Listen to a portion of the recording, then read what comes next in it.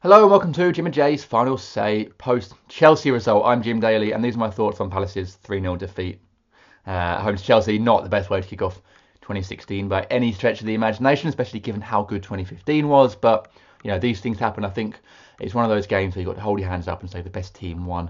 It's a shame that, the best team was a team that are struggling down the bottom, although they are Premier League champions and they're having a very weird season. But on the day, they were better almost man for man than Palace. A lot of Palace players didn't really turn up, didn't put in performances, and Chelsea, I think, deservedly ran out 3-0 winners. Palace were missing three quite important players: Connor Wickham, Yannick Bolasie, Johan Cabaye, all missing. And I think the players that came in, this really does shine a light on the fact that they are three very, very important players for us. And it's so often the way that you don't realise how important a player is until they're missing. And we really do not look very potent going forward without Wickham and Bolasie. And, we haven't scored in 3 games now. And I know Wickham's only got 1 goal, but he does a lot of hard work for the team up top, brings players in, links up the play. And, Fraser Campbell, for all his hard work, and he's a very hard working forward, doesn't quite do that. Bolasie has his critics, but we do not look as potent without him in the team.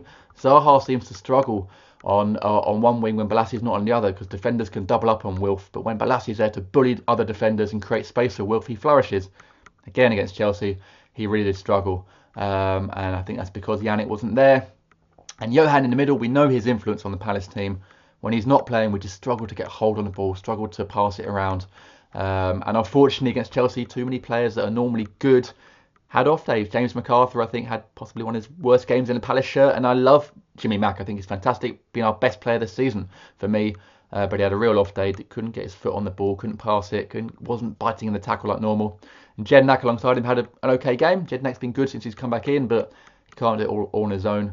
And, the players against him, Mikel, Willian, even Fabregas, had very good games. So I think we were just sort of beaten man for man. Even in goal, Hennessy, normally has been good and been okay for us since he's come in. Let in 3 of the 4 shots against him. Yes, the Willian one, unstoppable, absolutely. But should have done better with the third, really, palming out Willian's shot to Costa. Exactly what McCarthy did against Man City. And yes, that was the match-winning goal, and this was the third goal in a 3-0 defeat. But, similar mistakes, and McCarthy got absolutely pillarised and dropped. As a result, I think Hennessy is probably going to get away with that one.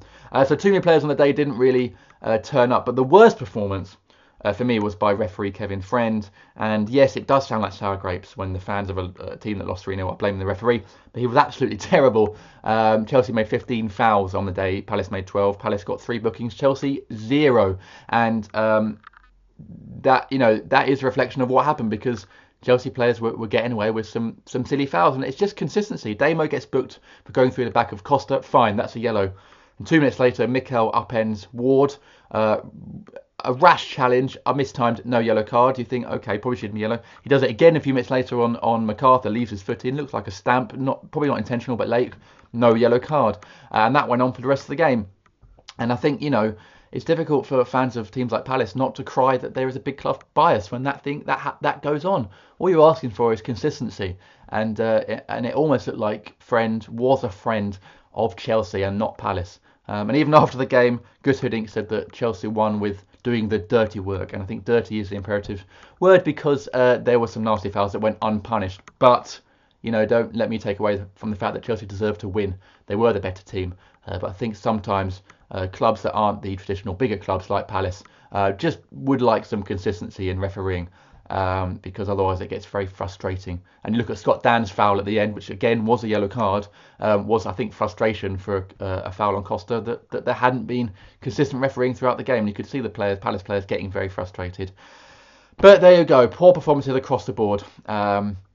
And just an off day for Palace, really. But we will bounce back, I'm sure, and 2016 will still be a good year for us. We still sit 7th in the table, which is not bad at all. And I think if we finish 7th this season, everyone will be very happy. So there you go, those are my thoughts. Don't forget to subscribe for more of these videos. Comment below with your thoughts on the game. Did any Palace players play well for you or stand out? Where did it go wrong for Palace? And follow us on Instagram and Snapchat, because I'm doing snaps from every game this season. So you can follow us on there. That's it. Here's Jay from the Eagles Beat with his thoughts on the game. I suspect he'll probably be quite downbeat about it as well, but you never know. And I will see you again very soon. Cheers, goodbye. Hey guys, welcome back to Palace Fan TV. This is Jim and Jay's final say, and we're looking back at the Chelsea game earlier on today.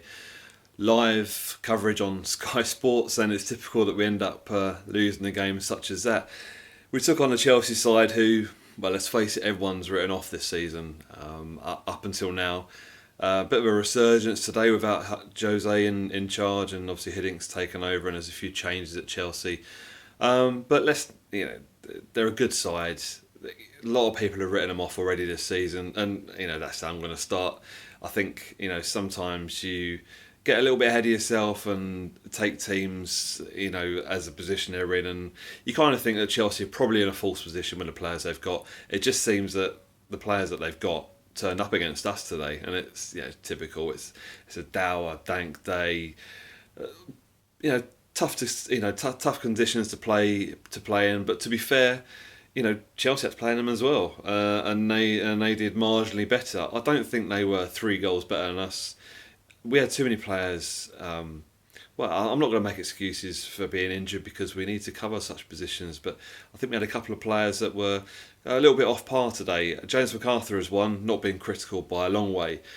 He's a player that we're not used to seeing struggling in a game, and he did struggle today. I think it's taken his toll on him, the games over Christmas. He looked tired against Swansea. Jason Punchin makes me pull my hair out. He really does make me pull my hair out. He's a frustrating player because maybe that's because we know what he can do as a player. He can do something a little bit special with the ball, and you could argue that that's why he's in the team, because he can do something a little bit different to what the other players can do.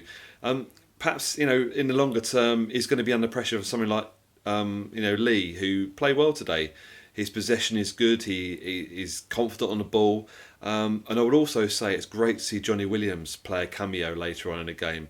He showed a few touches which Cabaye-esque, I would say, maybe. And somebody said to me on Twitter earlier today, after the game at least, and said that he would learn probably more by being at Palace, training with somebody like Cabaye, than he would being on loan somewhere in a Championship, which is a great shout. It really is. I think he would learn a lot from somebody like Johan Cabaye, and I'm hoping that we can, now we've recalled him, he might get a bit of a say. And it sounds like from the post-match comments from Pardew that he likes what he saw today, even the brief 10-minute stint that he had towards the end of the game. So I mean, the game was one of those.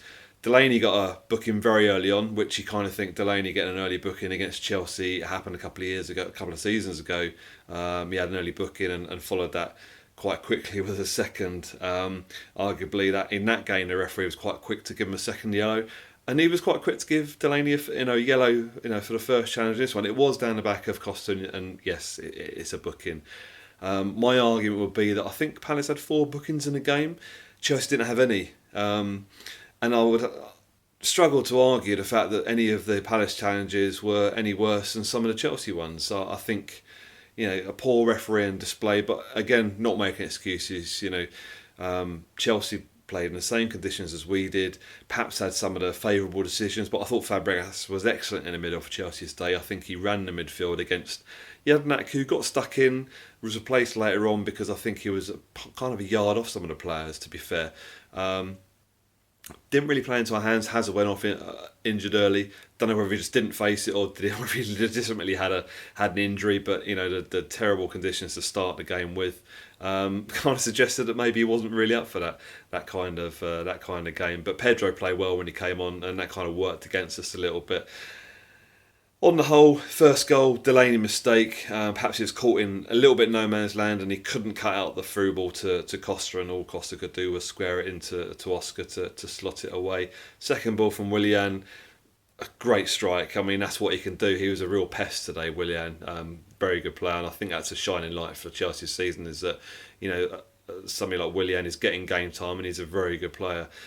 And the Chelsea lineup was a very strong starting lineup. And while I'm disappointed to lose, today, 3 goals perhaps flattered Chelsea a little bit.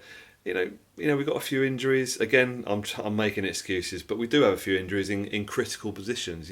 That striking position is one that we do struggle with. That lone striker role is made for Connor Wickham, and it's shown. Campbell played well today. Decent enough, ran himself into the ground, but he needs to stay up front and he needs to hold up the ball, which he wasn't really doing. When he's chasing back and winning the ball back, there's nobody up front to kind of take the ball and hold it up for the midfield. So we struggle there. We really do struggle because we weren't having anybody to hold up that ball, which Wickham would do normally. And hopefully, Pardew said he's going to address that. He wants to bring a striker in January, so we'll see what happens over the coming weeks, really. But I'm not too despondent. It wasn't a great performance, but you win some, you lose some in this game. This is football in a day. So move on to the next game, which is the FA Cup down at Southampton. So we'll see how that pans out. And it'd be very interesting to see what kind of lineup Pardew has or thinks about the FA Cup. Injuries as well. Do we think about going for it? Southampton are struggling a little bit at the moment. So it'll be interesting to see that. So by all means, we'll be back next week to have a review of that game. And by all means, keep subscribing, keep sharing these videos, keep leaving your comments underneath the videos. We want to hear how what you thought of the game as well. And we'll be back soon to preview future games. So thanks for watching and subscribe to Palace Fan TV. Cheers, bye.